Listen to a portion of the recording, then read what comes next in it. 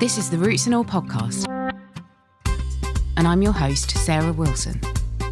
Join me as I talk about all aspects of gardening with some of the top horticulturists from around the world. Hello and welcome to Roots and All, where my guest this week is Dr Ana Attlee, co-founder of the company Seedball. The idea for Seedball started to germinate in 2010, when Anna and her fellow PhD student Emily Lambert were looking into ways to successfully start wildflowers from seed in order to encourage pollinators. 13 years later, and Seedball is stocked in respectable horticultural establishments all over the country, and their range continues to grow, with new and exciting seed packages being added all the time. Anna begins by explaining where the idea for Seedball came from. Came from the fact that we were both at university, me and Em, at the time, and she was studying climate change, and I was just finished my PhD on getting people involved in conservation, but nobody was reading my papers, and I just finished working with DEFRA on national parks and bees, and it was all a bit depressing. So I took myself on a permaculture course and to kind of look at how I could kind of make my own difference in the world, that in my own back garden. And I wanted to grow wildflowers, and I was always so rubbish at growing wildflowers. And I'm a kind of proponent of no dig because of like the permaculture. So I came across this method by a Japanese agronomist called Masanobu Fukuoka. Probably said that totally wrong. He had this amazing technique of how you could farm like acres and acres without digging and with very little kind of human input. And that was using seed balls, not the same kind of way that we've done it, but that was just kind of clay and seed.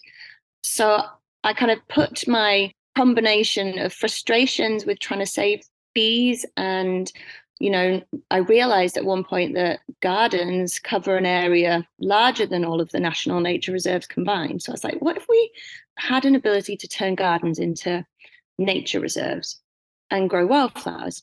And what if I'm rubbish at growing wildflowers and I guess other people are probably going to be not experts in propagating from seed and perhaps not have the money to buy plug plants.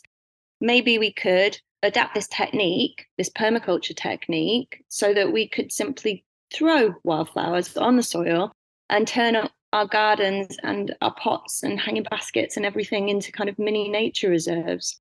And so that's kind of where the idea came from, because I'm not great at gardening and I wanted to save the world. And then we just set to work doing lots and lots and lots of different experiments to kind of adapt the recipe for seed balls. And a few people were doing a similar thing involving compost. So we tried that. And we had lots of different pots going at the time. There was still a few problems with like pests coming in. So you threw them down, they grew, that was great.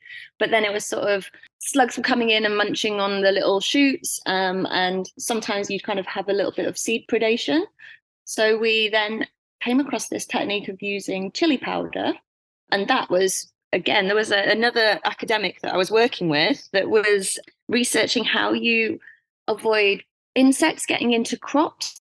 They even used chili powder surrounding seed grain stores in Africa to kind of stop insects getting into that. But then they also used it randomly around fields to stop larger like elephants coming into cropland and things. So we started to kind of experiment with chili as a way of stopping that kind of predation by slugs and snails. And so that was kind of where it all came from, a mishmash of my academic research and Em's academic research and frustrations and the world of permaculture, the two combined.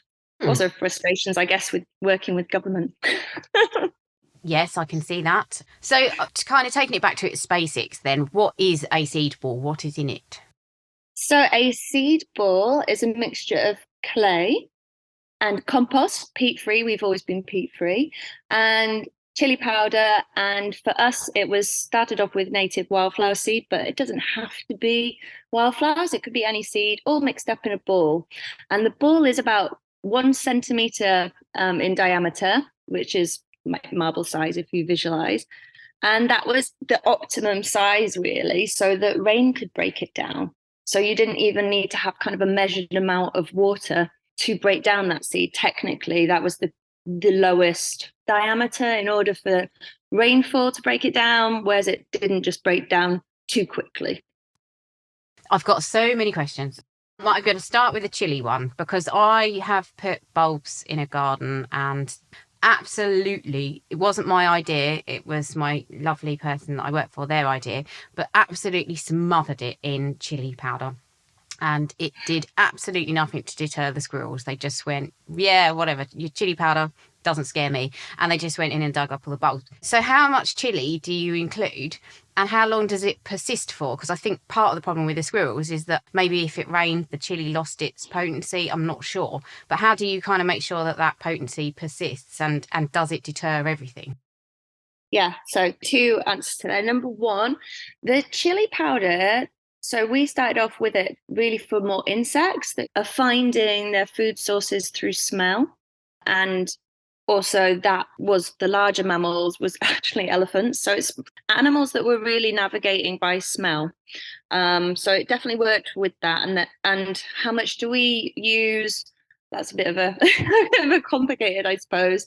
It's a small percentage of the mix, just enough for insects, really.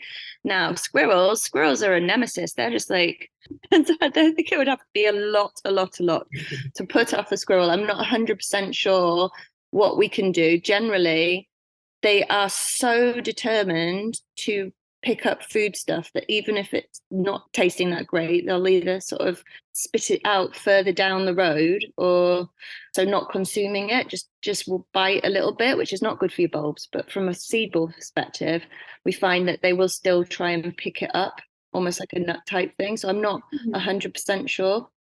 I'm sure there's loads of research in it because they're always attacking bird feeders, aren't there? They are a nightmare, I have to say. Yeah, I love them, but they're a pain. So you spoke as well about watering. Am I assuming that once you put them down or chuck them where you're going to chuck them, you don't need to water them? You just let the weather do its thing? You can let nature fully take over, but you'd have to be quite patient because obviously rainfall levels are unpredictable. So they might grow slower than you'd like. And if they start off and it gets drier, then you might find that the growth is affected in that way. But if you water regularly, that's great if you're looking for kind of a predictable, quicker result. Yes. And so I guess it depends on what sort of seeds, because you do a lot of different varieties of seedball. But I guess it depends. If you were looking at more of a kind of wildflower mix, then it would probably be chuck it down, I'm guessing, sort of during the colder months. Depends where you are, maybe not too early in case they then got to kind of overwinter and run the risk predation and all the rest of it through that time. So I suppose, like you say, you could chuck them down and the seed would remain viable, but you're really only going to get that germination at particular times of the year. We've put enough kind of seed in there that often you get that kind of succession anyway. So first burst comes forth, even with our like annuals, then there'll be more seeds that are kind of even coming through that didn't get started this time, that perhaps at the bottom of the board didn't happen. I don't know. So we tend to have different kind of levels of succession with it. And wildflowers, they love a cold snap. We've started actually putting them in the fridge here to improve their germination rates. It just helps break down the casing on the edge of the seed. So it gives them that bit of a head start, really. So autumn scattering is always the best time to go. But most people, I don't know whether it's that we've kind of conditioned from the gardening like industry, I don't know, to always put seed down in spring. But for our wildflowers, definitely autumn is a great time, and it doesn't have to be too late. Like we were putting them down, I think Christmas Eve like last year, and I've had the best display I ever had from putting them down at that point. Yeah, I think the weather's so weird, to be honest with you. All the rules gone out the window anyway. But it was interesting what you were saying about throwing them as well, or putting them in places. In fact, I keep referring back to all the different types of seedballs that you do, but do you want to just talk briefly about those different types? Yeah, we started off with really kind of a mixture of largely perennials for bees and butterflies. So that was our first starting off point. And we then added into those perennials a few more annual flowers, just so that you'd get a little bit more action in the first year, because perennials are just painfully slow to get going. And once they're established, they're absolutely amazing. And they come back more and more abundant every single year. As I'm sure you're aware, it's amazing, it's beautiful. But that kind of first spot where it's slow to grow, we found that adding in the annuals into the mixes is really good. So yeah, we have a huge amount of variety of the mixes now, working with plant life on the plant life mix. We've got mixes for bees, for birds, that provide seed for them in autumn. So you don't even need to buy bird seeds around that time. That was the concept behind that. And to just attract different pollinators that we don't really think of as much in the garden. So the beetles, for example, our beetle mix has been really popular. We've got a bat mix, which is not for flowers, for bats, but really to attract the moths to your garden that those bats are feeding on. So generally the focus has been on flowers, although along the way we've had some herb mixes and salad mix at various points. We even had on and off a herbal tea mix. Sometimes we bring it back. And now more and more, a few more single species in our range. So if you're like particularly in love with poppies and cornflowers, and maybe you want to be a bit more selective in how your garden looks, then you can kind of choose the flowers and the colors specifically for what you would like. So at the very start, we're very much from a conservation perspective. So it would be a rather kind of messy, true wildflower garden. So you throw it out and let nature take over. In the sunny spots, the flowers that like sun would come up. In the shady spots, the flowers that like shade would come up. And boggy patches would have those kind of purple loosestrife that love to have their feet wet. And you just let nature fully choose it. But as we've evolved as a company, we feel really passionate that everybody should have access to the different wildflowers. Those who like a more formal planting can actually pop them in and really predict what kind of height the flowers would look and exactly what a planting scheme they might like. Yeah, so we've evolved. I mean, people asked for shade mix and we came up with shade mix. So a lot of what we've done has been super collaborative with social media. Our community online has guided us, helped get us stocked in places, told us how to adapt our mixes, told us what mixes they would like. And we've literally just worked with them and evolved with our customers, our community online as we've grown. I mean, Em and I, we're not business background, we're very much conservation background. And so that's been a nice help to have our hands held by our customers in a weird way. Yeah, and I think you've kind of partially answered one of my next questions, which was why not let the seed bank that's in the soil just do its job? I guess for my background, being a proper hardcore conservationist, perhaps not so bothered about what it looks like. Yeah, that's amazing. That's true rewilding. Just let it come up. Although we've got a lawn mix at the moment, which has been so popular with daisies and dandelions, and those kind of memories of being on the lawn making daisy chains when you were younger. People really respond to that, and it's obviously great for nature. We were asked why, and it's come from demand because people living in new build houses, it's a very much a monoculture grass that's planted there, and a lot of the new housing that we've got doesn't perhaps have the seed stock. We tend to talk a lot about no mow May, which is really exciting, but that can be quite disappointing for people who are watching their new build lawns just really not do anything. So this is a way of kind of adding in a little bit of diversity. And then of course, lots of people don't have a garden, especially in urban areas, and they're planting in pots. So in that case, I suppose you could wait for a bird to come along. I don't know, deposit something, see what the wind brings with it. But yeah, I think we're all quite keen to curate our spaces for wildlife, at least, from the Seedball community. It's always felt like everybody is really passionate to do their bit, to do as much as they possibly can, to not only make their gardens beautiful, but, to bring back nature to do their part. And it's a real massive impact, huge impact that we can have just by planting some wildflowers. Some people who want their gardens to look beautiful a certain way, very curated, can still make a huge impact and plant more native flowers in there, which is stunning, and really provide that nectar that's needed for the insects at the base level of the food chain that everything relies on. We don't have all these pollinators, we don't have the diversity of plant life and crops, but we also don't have birds that are there. We don't have the bats that are there. The knock-on effect is huge. So actually being able to provide as a business wildflowers in a way that really matches anybody's vision is what we're quite passionate about. I fully support that. I just wanted to pick up on one of the other things you said actually about germination. And again, I guess that depends on, as you say, whether you're talking about wildflowers or the perennials or the lawn mix or whatever. But in general, is there a kind of germination rate that you could expect? Because obviously, I'm guessing there's quite a few seeds in a ball. Yeah. Do they all come up? Yeah, so they vary. We usually say 4 to 6 weeks from scattering. So sometimes they can take a lot longer. I think this is something that is hard to communicate as a company. I feel like we've been kind of disruptive as a company. There wasn't that many people doing such commercial wildflower business before, really. So we weren't watching people. So it felt like our customers didn't necessarily know what to expect. And it was a lot of explaining that this is our native plants. They can be slower. They can take longer to germinate.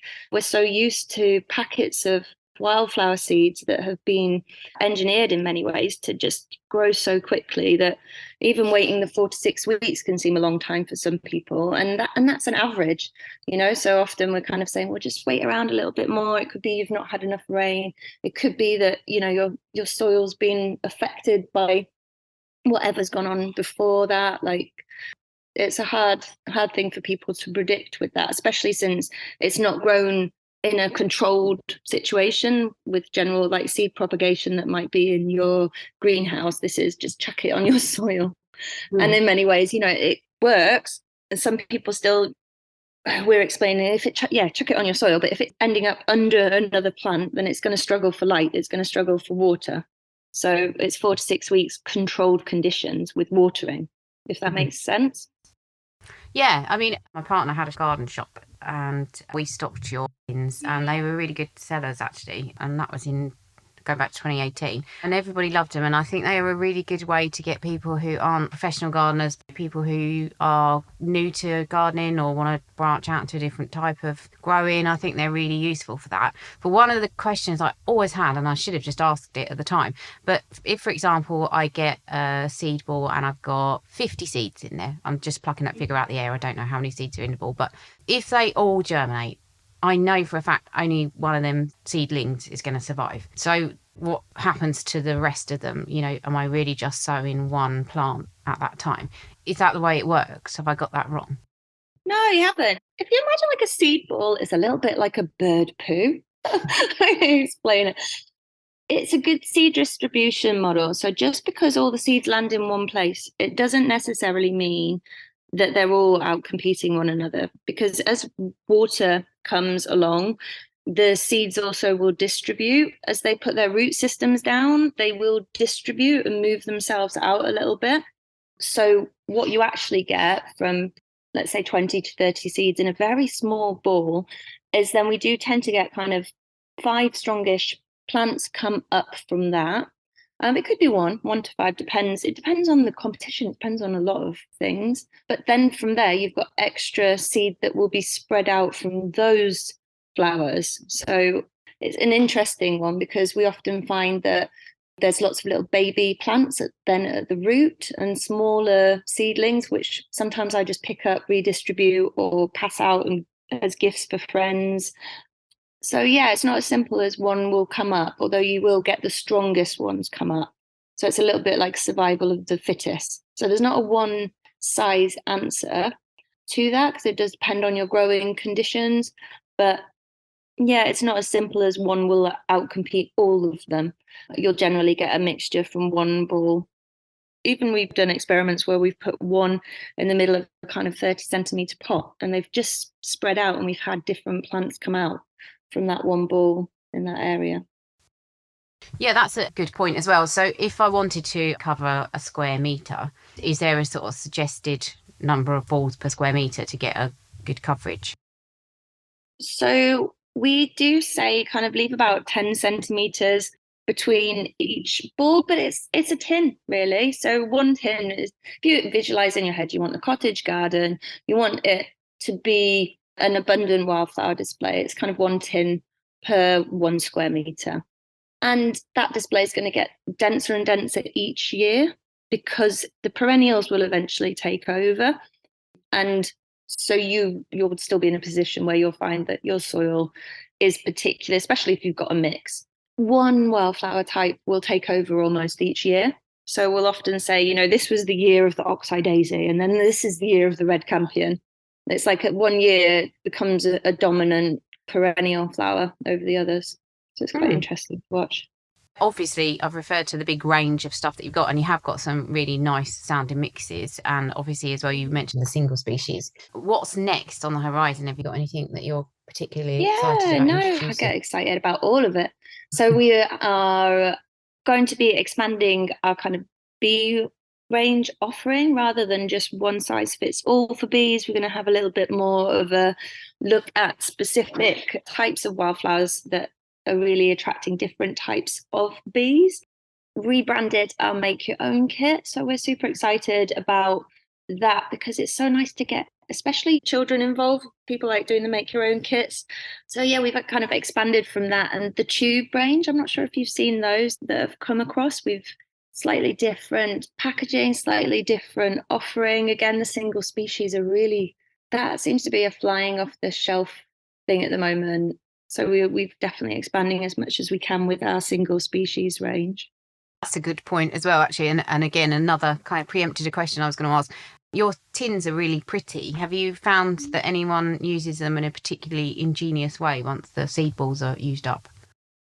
Oh, we love our tins. I forgot to say, yeah, we're gonna do a little bit of a revamp of our tins as well. It's our 10-year anniversary of our tins coming up this year.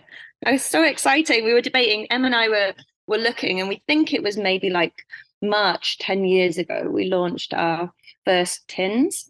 So yeah, we're going to give them a little bit of loving. And over the years, people have sent us their ideas because we always are really interested in reusing. And by the way, if you have tins, you can always post them into us and we will refill them for free. That's something we've always done. But yeah, people have made like little bird feeders out of them, making like the lard and the bird seed mixed together. So that's something that we've seen a few times. And also just using like their little knickknacks, I suppose. We've been shown people's little collections that they've kept within the tins. So that's been nice to see. But I always like it when they're repurposed as little bee drinking stations. Was another cute one where people have filled them with marbles and made little tiny insect feeding stations around the garden. That's so sweet. I'd like to say thanks to Anna for explaining the concept behind Seedball and where and how they can be used. I confess I've always wondered if Seedballs in general are a nice idea that can attract novice gardeners, but don't work out as successful or cost-effective for those gardening on a larger scale or in a more serious way. And to be honest, I think they may not be as useful for serious gardeners, but having spoken to Anna, I think they're a really brilliant way to get people interested in gardening and to promote the cause of wildlife, and to get people to experiment with new ways of growing and with new species. So hats off to Anna and Emily, who are so passionate about their business and the cause of wildlife gardening. And thank you to you, of course, for listening. And I'll leave you now with Dr Ian Bedford talking about how to prepare for the spring in the garden. For those of us who grow a few vegetables each year, it can be quite satisfying on a cold winter's day, venturing out to harvest the freshest of fresh food, and to know that we'll probably be eating it long before its natural sugars and healthy vitamins start to break down. But as we tug out a couple of leeks, lever up some parsnips, or perhaps snap off the last of the sprouts, we'll probably notice the absence of the garden bugs that usually keep us company during the warmer months. The bees that pollinate our legumes, cucurbits and fruit trees. The large slugs, worms and woodlice that recycle organic nutrients. The predatory wasps, beetles and spiders. And of course, the herbivorous bugs that often begin eating our homegrown produce long before it's ready for us to harvest. But fear not, those garden bugs will be lying dormant somewhere nearby, waiting for warmer weather to arrive when they'll spring back to life and take their place within the garden's ecosystem again. And whilst most of these bugs will be a welcome sight as they become active again and of great value to our gardens, some of those herbivorous bugs will unfortunately become a bit of a problem. So it goes without saying that if we're to succeed in producing our own food, we'll probably have to try and manage those herbivorous plant pests, ideally in an environmentally friendly way that minimises their damage without harming our garden's beneficial bugs, such as the pollinators and those predators who will often take their time to control the plant pests for us. So how might we do this? Well, the first thing is to try and tackle some of those plant pests whilst they're still dormant during winter and whilst there's still a chance of frosts. And this can be achieved quite simply by raking over the vegetable patch once or twice a week, so that overwintering pupae of root flies, dormant click beetles, bean weevils, and even the small black and grey slugs are exposed to insectivorous birds and the deadly effects of frosts.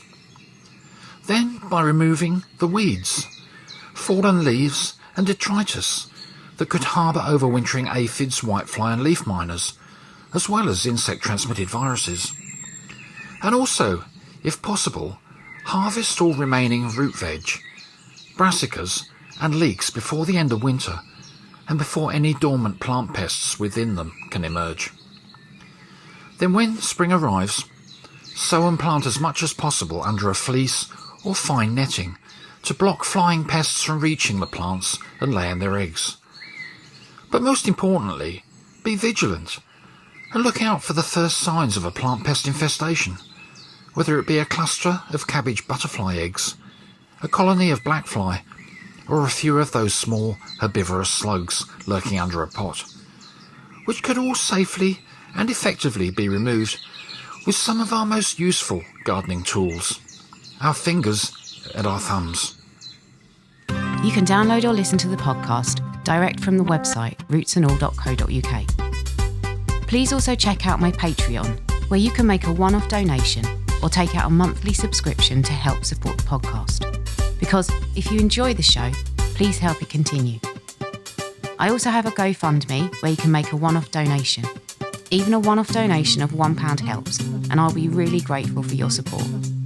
So please go to Patreon or GoFundMe and search for Roots and All Podcast.